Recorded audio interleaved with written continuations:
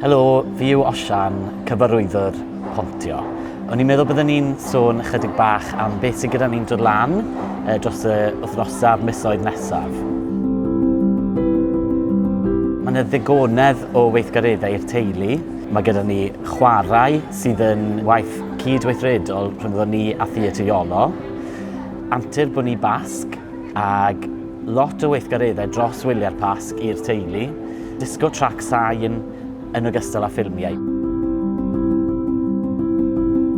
Mae'n strand comedi ni yma yn Pontio yn boblogaidd iawn.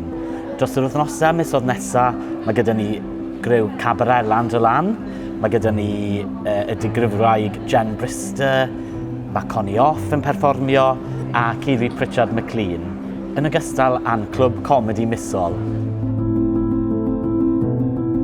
Da ni'n falch iawn yn Pontio i roi llwyfan i theatr a drama cyfrwng Cymraeg. Dros yr wythnosau a'r misoedd nesaf, mae gyda ni llyfr glas nebog gan gwmni'r Fran Wen. Mae gyda ni tylwyth sydd yn gyd gynhyrchiad rhwng Theatr y Sherman a Theatr Genedlaethol Cymru, yn ogystal â Pryd Mae'r Haf, sydd yn greadigaeth gan gwmni newydd Criw Brwd mewn cydweithrediad gyda Theatr Genedlaethol Cymru. Mae gyda ni hefyd gynhyrchiadau cerddoriaeth, dawns a theatr hynod gyffrous yn dod fyny yn Pontio.